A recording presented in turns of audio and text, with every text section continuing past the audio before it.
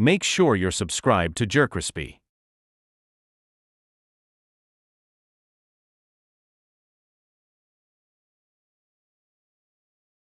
What's up, y'all? It shows the most death most. JerCrispy. Welcome back to another video. Most loved versus most hated skateboarders. This must be like skateboarders pros, like the pros of skateboard. These are the most loved Y'all know, y'all know, I do want to learn how to skate though. On some real stuff. I want to learn how to skate. Like, I might have somebody to teach me how to skate so I could skate. Hated pro skaters, starting with Aaron Cairo, a professional skater from the San Francisco Bay Area who's easily one of the most hated. As one of the first and largest skateboarders on YouTube, Aaron Cairo once had a massive fan base online. He would post a variety of content, from skateboarding tutorials to random challenge videos, and would get tens of millions of views each month. Eventually, he would even hire a full team of skaters to help make videos at his private skate park, which only helped the channel grow even more. Alright guys, we're here today with Lance. Ugh. We're gonna play a game of skate. We're gonna play a game of trivia. What? These videos just get worse every day. I'm just kidding. These videos allowed Aaron's channel to make millions of dollars and keep its spot as the biggest skateboarding channel on YouTube for several years. However, this would all quickly change after Aaron randomly announced he was shutting down the skate park, saying that it was too expensive to keep open. The Braille House was this stable point that we have had for a very, very long time. And now it's gone. You guys must know that I did everything I could to save the Braille House. I literally took out a loan on my house. It was a home equity line of credit, and I've just been paying the warehouse rent from that. But there is a point where that breaks and that no longer can work. And we've hit that point. Now, it was known for years that Aaron Cairo was actually a member of the Church of Scientology, but since he didn't try to force the church onto anyone, it was mostly ignored by the other team members and their fans. Once the park's closure was announced though, people quickly found out that Aaron had allegedly donated over $1 million to the church. And then you've got Aaron Cairo, whose channel is generating so much money, and instead of putting that money back into helping the people who grew the channel, Scientology takes Aaron Cairo, puts his face in a frickin' magazine, giving him an award for donating $1 million. Considering he was only paying the team $20 an hour and claimed the skate park was too expensive to keep open, this upset a lot of the channel's fans. And not only was the park's closure a surprise to viewers, but it was also a surprise to the other team members who weren't even told it was being shut down. Mr. Nyler Jones posted videos of Braille getting destroyed. Very hard to see, very powerful images. But it got me really bummed out because I knew Braille was struggling, but man, I didn't know the park was literally getting destroyed right now. After other members of the team tried to talk to him about it, they were labeled as enemies of the church and blocked from all forms of communication. What this is about is on Instagram. I feel like he should have informed them and tell them like, yeah, man, I'm kind of struggling with this thing, bro. I got the house note, boom, boom, I did this, and I actually did donate $1 million to this like company, boom, boom, boom, boom, and stuff like that. And see what they were gonna put in, and they put in, and they didn't put in nothing like that, nothing like all that. Then yeah, I would have shut it down. Skateboarding and Aaron Cairo both blocked me, Ricky Glaza, on Instagram. This caused a massive wave of backlash, with Aaron's channel losing over 100,000 subscribers and his average views dropping down to just a few thousand views per video. The fact that Braille was practically run by Scientologists, while the skaters, who did almost all of the work, were given peanuts, is proof that Braille had one goal: to fund an evil cult. Aaron was never sincere when he said he did all of this out of his love for skateboarding. He used skateboarding, as well as the people he called his friends, to make Scientology a lot of money. But a skater who never cared about the money is Rodney Mullen, who's easily one of the richest skateboarders in the world and also one of the most humble. Widely viewed as one of the top 10 greatest skateboarders of all time, Rodney Mullen is known for inventing a few of the tricks that people still do today. You're credited with inventing the flat ground ollie. Yeah. I did not realize that. That's amazing, because that's the basis of all skateboarding tricks, really, in some way. So that's why they give me the way I look at it, it's like a disproportional amount of credit. Like, I didn't foresee was just a good way to get up curbs, wasn't even that cool.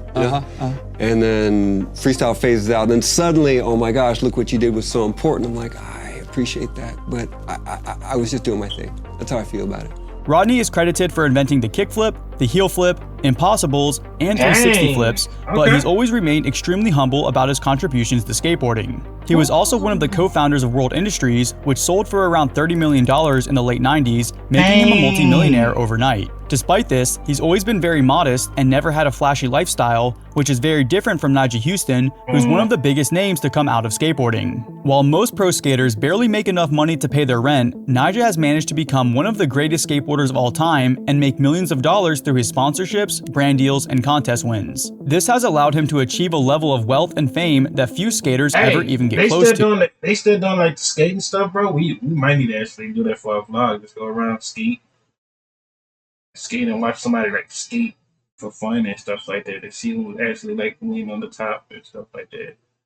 Y'all let me know though.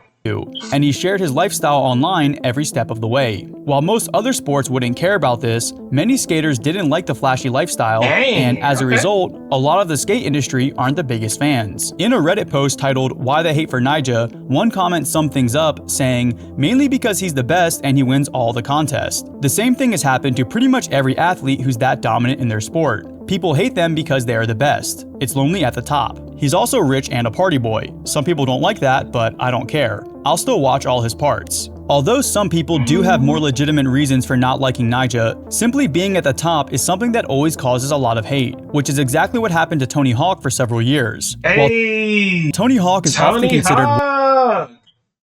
a great inspiration of skateboarding. One of the most loved skateboarders of all time. For the first decade of his career, he was actually one of the most hated. Because when I was a kid, I was doing this outcast activity, right? So I was already not cool in school. And then I started skating, and I was like a scrawny little kid with a really sort of what they call robotic style, because I was focusing on tricks. So I was getting made fun of in the skate world. So I was like an outcast in this outcast activity, and it was really isolating. Damn. However, after going broke during the 90s and being forced to do skate demos in parking lots for money, Tony's career would eventually regain momentum. In the late 90s, he got a video game deal that ended up being one of the most popular franchises of all time, making him a household name overnight. Tony Hawk. Tony Hawk. Tony Hawk. Tony Hawk. Kids these days might not know about it, but in the early 2000s, Tony Hawk's Pro Skater was one of the biggest video games in the world. This sparked an entire new wave for his career, gaining him tons of fans and making him more money than ever. Things are way bigger than you ever thought. And he handed me a check for $4 million.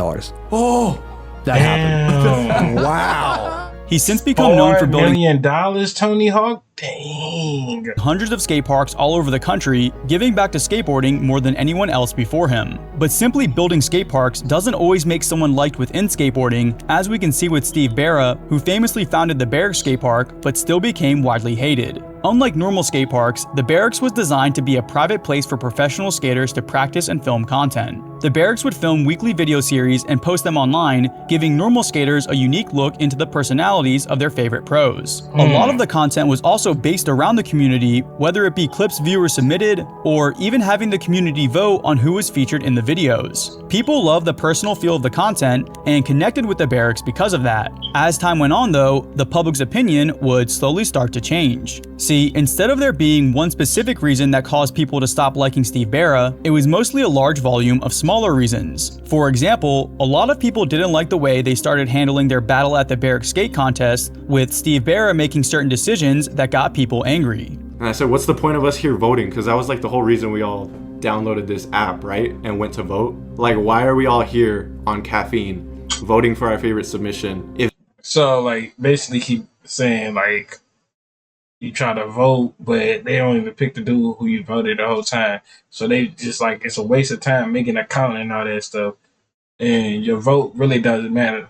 Same as like, you know, president vote. Your vote really doesn't matter. So, I mean, if you want to put it like that, I don't know. That's what Bear's just going to pick his favorite. Couldn't he have done that off live stream? Couldn't he have just sent a DM and been like, yo, I like yours, just like, come through? Hey, I didn't say that your vote was the only vote. On the Barracks Instagram page, they would also start to feature a lot of girl skaters simply because they were hot, rather than posting less attractive girls who were better skaters. Barra would even argue with people in the comments, which wasn't the best look, especially since he was an adult and most of the comments were kids. There were also some questionable sponsorships that the Barracks promoted, which a lot of skaters didn't like. On top of all this, there's been a lot of talk about Barra allegedly donating $500,000 to Scientology, mistreating people within the skate industry, not paying his staff, and just being unprofessional. The only reason I'm actually making this public and putting this out there is because Steve Barra has been going to different people in the skate industry and trying to smear my name. He's been telling people that I'm shady,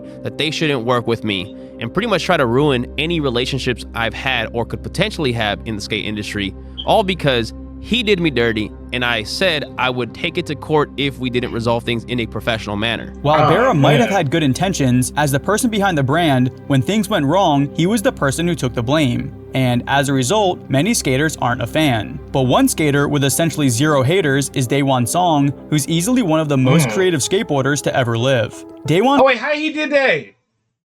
Wait, go back. How he did that mid-air? Haters is Daewon Song, who's easily one of the most— Yo, he did that mid-air. Yo, he had to try that like at least about 50 times, bro. Most creative skateboarders to ever live. Daewon first got popular in the early 90s and has had some of the most influential video parts of all time. But when asked about it, he's still incredibly humble. I was watching Love Child, man, and the Daewon Song. It's a tough watch. What are you talking? That's the best. That's some of the groupiest kick flips and worst hard flips ever done. but let's say that was the first hard flip ever documented, though. Maybe. 100%, right? I still give it to that dude, Dan Gallagher. Okay. I just heard about it, so. Even as he's gotten into his 50s, Daewon has continued to put out creative skateboarding content, which is something that few skaters still do at his age. The thing about Daewon is he is so genuine. So many pro skaters preach about just having fun, but for some reason, Daewon always seems to take that much more to heart. Even just in the way he skates, you can tell it's truly his life's passion. I firmly believe he would be doing just as much absolutely unbelievable skating whether there was a camera on him or not, because that's just who he is. Other than getting some backlash for switching his shoe sponsor from DVS to Adidas, Daewon has gone his entire career without any major controversies, which can't be said for Tim Pool, who's had major issues since the start of his time in skateboarding. Tim Pool is a podcaster and media personality who's done videos with Joe Rogan, Kanye West, and the President of Israel, just to name a few. Has been spent in news and media. In recent years, he's slowly gotten more involved in the world of skateboarding. Since Tim Pool grew up skating, he's made an effort to reinvest the money he's made from podcasting back into skateboarding. However, considering some of his political views are somewhat right-wing, naturally, that's caused a lot of controversy as he's tried to get into the skate scene. So here's the gist of the story. Okay, so basically, like, there's some love and hate into the skating stuff. I was thinking in my mind right now, I was like, damn, what if I started a skating channel?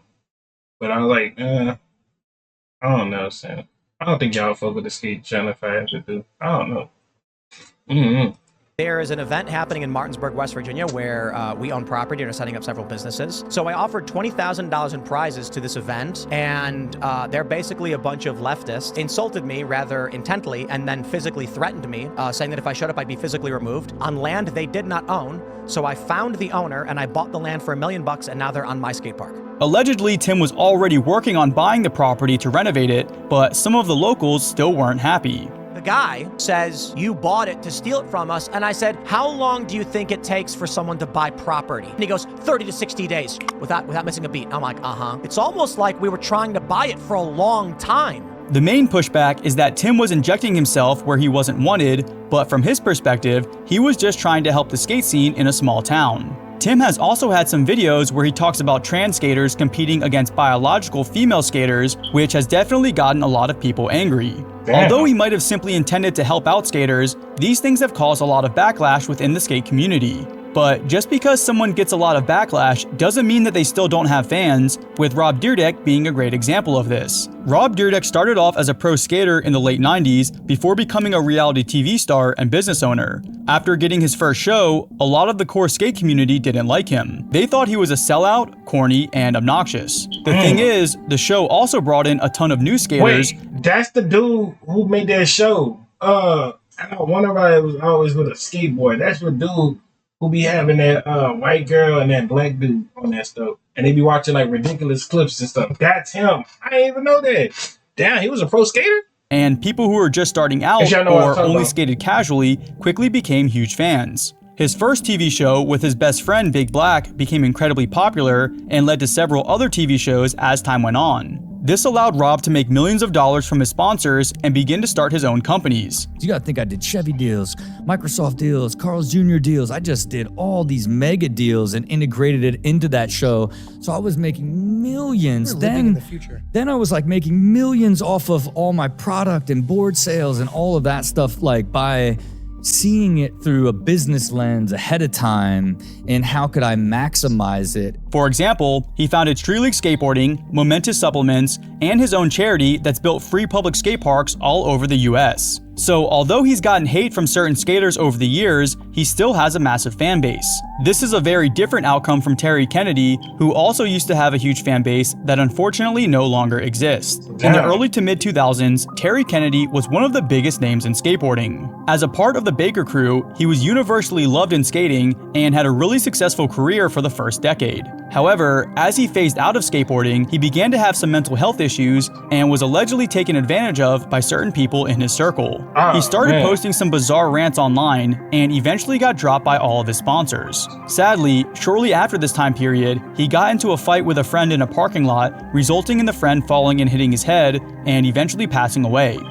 A professional skateboarder from Long Beach is charged with first-degree murder. Prosecutors say 36-year-old Terry Kennedy hit 23-year-old Josiah Casahan in the head, then kicked him in the body at a hotel in Oak Brook Terrace, Illinois. The victim later died. Terry Kennedy ended up being acquitted of murder charges, but was convicted of 2 counts of aggravated battery and sentenced to 5 years in prison. In all of his early interviews, he was a very kind and soft-spoken person, so fans were conflicted about what happened. On one hand, people were angry with him for becoming unhinged and causing someone's life to end. On the other hand, he had a great reputation for years, and instead of people helping him, they were simply taking advantage of him. This is a very similar situation to his friend Bam Margera, who's easily had the messiest career in skateboarding. After becoming a pro skater in the late 90s, Bam completely blew up thanks to his TV shows and the Jackass movie series. This led to him becoming the most Oh god, yeah, Jackass, bro. Oh my god, son.